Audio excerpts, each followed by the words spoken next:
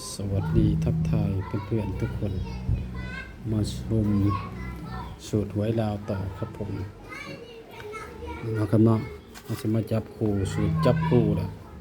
งวดที่เดียวโลนไป4-6เนาะนี่เนาะครับแต่มันหักร้ายแน่เนาะครับเนาะเดี๋ยวเราจะมาจับคู่นี่เนาะหลัก10จะจะมีเอาแต่ตัวเด่นจับเลยเนาะครับเนาะตัวเด่นนี่เนาะเราจะจับตัวเด่นของเราตัววิ่งเนาะ4-6-8เราจะเอา4-6-5เอาเนี่ยจับสูตรนี้ก็เนาะครับว่าบ่แจงบ่ซับเนาะ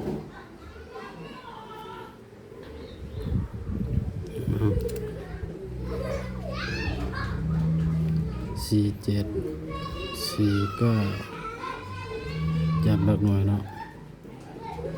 40-41-42เนาะ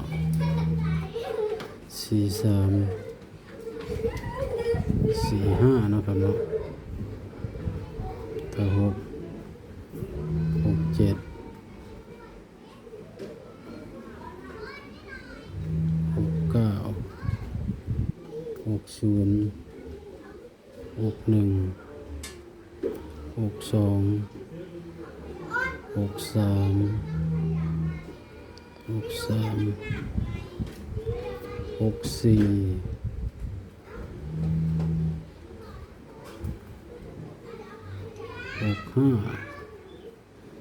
ต่อโดยตัวเล่นเนาะ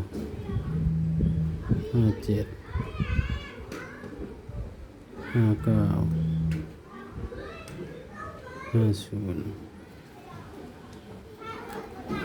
หมวแต่เนาะ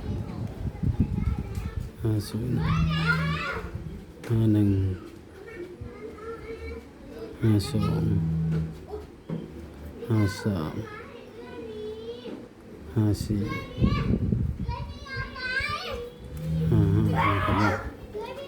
ิมาตัดแต้มเนาะครับเนาะ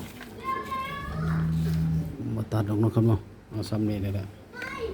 ตัวเด่นอยู่แล้วมาเอาสิมาสูตรนี้เนาะครับเนาะสูตรนี้ที่ส่วนนี้6 กับ 8 กับ 0เนาะครับเนาะเ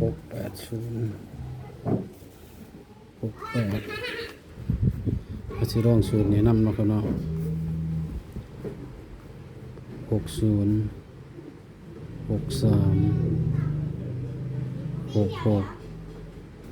นี่ก็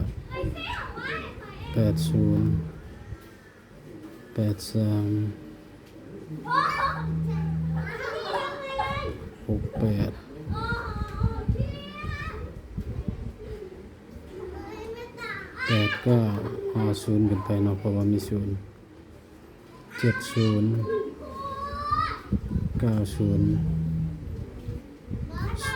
นะครับเนาะส่วนนี้ตามตัวเด่นส่วนนี้ก็เอาตามนี้เนาะครับเนาะหมดทีเดียวตายเนาะครับเนาะอันนี้จับปูให้เนาะครับเนาะ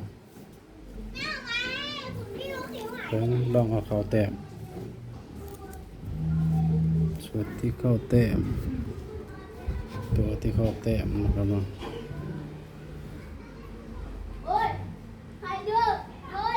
แต้ม3แต้ม4นะครับเนาะแต้ม4แต้ม5แต้ม6นะครับเนาะแต้ม7แต้ม9นะครับเนาะแต้ม3บ่มีแต้ม5แต้ม6แต้ม7แต้ม8แต้ม9แต้ม0เนาะครับเนาะแต้ม1บ่มีเนาะครับเนาะแต้ม2แต้ม4แต้ม5แต้ม6แต้ม7แต้ม8นะครับเนาะแต้ม0แต้ม9ตัดได้แต่3ตัวนะครับเนาะ3-4ตัวนะครับเนาะ เข้าแต้มตั้งอยู่ได้เข้าแต้มเต็มเก้าเต็มหกเต็มสองเต็มห้าเต็มแปดเต็มเจ็ดเนาะครับเนาะเต็มเก้าเต็มหนึ่งเต็มสี่นี่เนาะเข้าแต้มแต่งบน้อยครับเอาเข้าแต้มเนาะครับเนาะ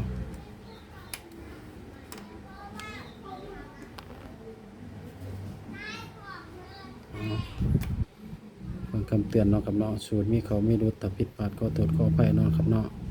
สร้างมาเพื่อความบันเทิงบ่ได้สนับสนุนในเรื่องการพนันเนาะครับเนาะสูตรมีผิดวิพลาทเนาะครับเนาะพิจารณาก่อนสินำไปใส่เนาะครับเนาะถ้าผิดพลาดก็โทษขออภัยเด้อครับเนาะครับเนาะ